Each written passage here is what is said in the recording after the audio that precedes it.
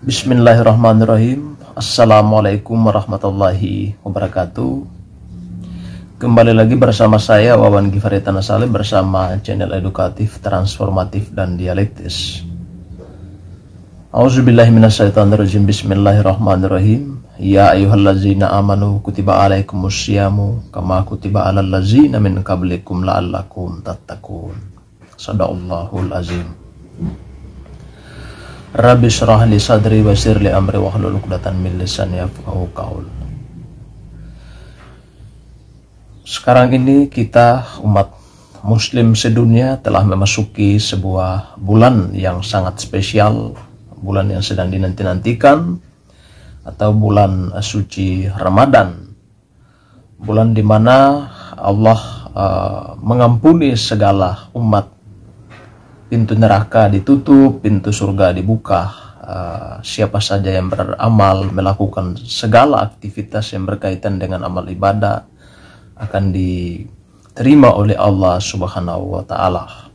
Dan setiap doa yang akan disampaikan, insya Allah akan diijabah, akan dikabulkan oleh Allah Subhanahu wa Ta'ala.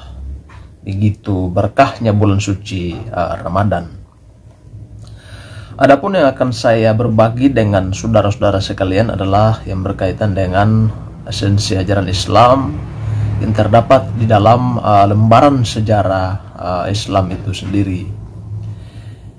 Yaitu saya angkat dari buku saya, Muhammad Sang Kekasih, 1000 Hikmah di Balik Sejarah Hidup Nabi. Yang satu babnya tentang tahun duka cita dan undangan dari Allah Subhanahu wa Ta'ala. Dan di situ ada satu cerita yang lebih spesifik, yaitu tentang sosok Sayyidina Umar yang awalnya menjadi orang yang keras kepala, menjadi orang musuh Nabi nomor 1, yang pada akhirnya kembali membela Islam, membela Nabi Muhammad dalam soal-soal syair Islam. Maha suci Allah yang telah mengisrahkan hambanya di suatu malam dari Masjidil Haram ke Masjidil Aqsa yang telah kami berkahi sekelilingnya, agar kami perlihatkan kepadanya sebagian dari tanda-tanda kebesaran kami. Sungguh Dia adalah Maha mendengar lagi Maha melihat. Quran Surat Al-Isra 17 ayat 1. Setibanya Amr bin Al-As dan Abdullah bin Abu Rabi'ah di Makkah dari Habasyah, kegalan misi itu dengan cepat tersebar di kota itu. Kaum muslimin tentu bergembira mendengar kabar tersebut. Sebaliknya, hal itu kian membakar amarah para tokoh kaum musyrik Makkah. Mereka khawatir peristiwa itu akan menyebabkan kian meningkatnya perlawanan kaum muslimin di Makkah dan kian banyaknya anak-anak muda Quraisy yang memeluk Islam. Yang paling marah, gelisah, dan resah dengan perkembangan batu itu adalah Abu Jahal dan kemenakannya, yaitu seorang anak muda dari kabilah Adi bernama Umar bin Khattab.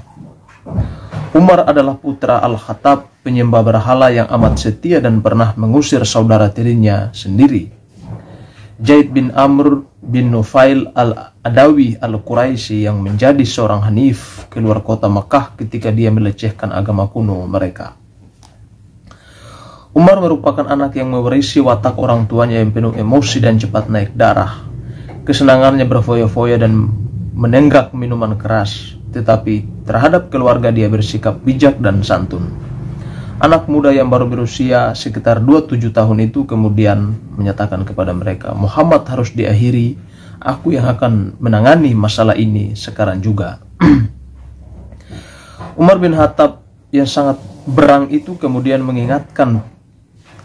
mengikatkan pedangnya dan pergi ke Bukit Safah menuju ke sebuah rumah yang biasa digunakan sebagai tempat pertemuan oleh kaum muslim. Kala itu di rumah itu Rasulullah SAW sedang bertemu dengan sejumlah sahabat termasuk Hamzah bin Abdul Muthalib, Ali bin Abi Thalib, dan Abu Bakar bin Abu Quhafah. Di tengah jalan Umar bin Khattab berjumpa dengan salah seorang anggota keluarganya yang telah memeluk Islam, Nuaim bin Abdullah. Memerhatikan kerut gelap di wajah Umar, Nuaim menanyakan kepadanya apa yang terjadi. Umar menjawab, dia akan membunuh Rasul Shallallahu Alaihi Wasallam. Mendengar jawaban yang demikian itu, Nuaim segera berpikir keras untuk mengalihkan niat Umar itu. Dia menasihati Umar, engkau hendaklah pertama-tama melihat ke rumahmu sendiri. Saudara perempuanmu dan saudara iparmu pun telah memeluk Islam. Mendengar kabar yang demikian itu, Umar bin Al-Khattab menjadi demikian berang.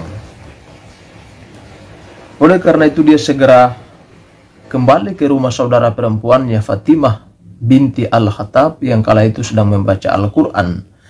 Mendengar Umar masuk, Fatimah menghentikan bacaannya. Namun Umar telah mendengar suaranya dan menanyakan apa artinya. Sang adik menjawab bahwa hal itu tiada apa-apanya. Fatimah, jangan engkau mencoba menyembunyikan apapun dariku, hardik Umar bin Khattab dengan nada suara sangat gusar. Aku tahu segala sesuatunya. Aku telah mendengar kalian berdua telah ingkar agama. Usai berkata demikian, Umar bin Khattab lantas memegang leher saudara iparnya, Said bin Zaid bin Amr bin Nufail Al-Adawi Al-Quraisy, dan memukulnya kuat-kuat. Melihat hal yang demikian, Fatimah mencoba campur tangan, tetapi dia malah juga dipukuli hingga tubuhnya berlumuran darah. Dalam keadaan demikian, dia berseru, Umar, tega niat engkau berbuat seperti ini kepadaku. Lakukanlah apa yang engkau hendaki. Islam tak akan pernah lepas dari hati kami. Ucapan itu membangkitkan suatu dampak yang aneh dalam pikiran Umar bin Khattab. Dia pun memandang adiknya dengan pandangan penuh kasih sayang, apalagi selepas melihat darah yang mengalir keluar dari luka-luka yang ditimbulkannya. Hatinya benar-benar terharu. Akhirnya dia berucap lirih, Fatimah, tunjukkanlah kepadaku apa yang tadi engkau bacakan. Fatimah binti Al-Khattab pun membawa kertas-kertas kulit petikan Al-Quran yang disembunyikan dan meletakkannya di depan kakaknya. Umar bin Khattab pun mengambilnya dan menjumpai ayat-ayat Taha. Kami tak menurunkan Al-Quran ini kepadamu agar engkau merasa berat, tapi sebagai peringatan bagi orang-orang yang takut. Diturunkan dari Allah yang menciptakan bumi dan langit, Tuhan yang Maha Pemurah, yang bersemayam di atas Ar-Rasy.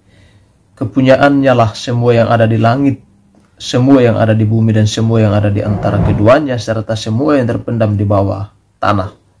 Dan jika engkau mengeraskan ucapanmu, sungguh dia mengetahui rahasia dan semua yang lebih tersembunyi. Dialah Allah, tiada Tuhan selain dia. Dia mempunyai nama-nama sempurna. Quran Surat Taha 21-8. Umar bin Khattab pun membaca bagian itu dengan sepenuh hati. Tampaknya setiap kata mengilhami hatinya. Dengan rasa segan dan hormat, akhirnya dia berseru, betapa luar biasa dan mendalamnya kalam itu. Ya, semua itu benar. Aku seharusnya memeluk agamamu. Aku akan pergi menemui Muhammad untuk menyatakan keimananku kepada Allah di hadapannya. Umar bin Khattab pun segera meninggalkan rumah adiknya, berlari melintasi jalan-jalan kota Mekah menuju Bukit Safa, tepatnya menuju rumah Abu Abdullah Al-Arkam bin Abu Al-Arkam, tempat Rasulullah SAW sedang menyampaikan pengarahan kepada para sahabat. Setibanya di rumah itu, Umar segera mengetuk pintu. Mengetahui yang datang adalah Umar, para sahabat menjadi gentar dan ketakutan, kecuali Hamzah bin Abdul Muthalib. Rasul SAW menyuruh membuka pintu dan mempersilahkan Umar masuk. Melihat sikap beliau yang sangat santun dan bijak, Umar merasa kecil di hadapan beliau. Dia pun segera menyatakan niatnya menjadi seorang muslim. Wahai Rasul, aku datang kepadamu untuk beriman kepada Allah dan Rasulnya serta pesan yang dibawanya. Rasul pun berseru, Allahu Akbar.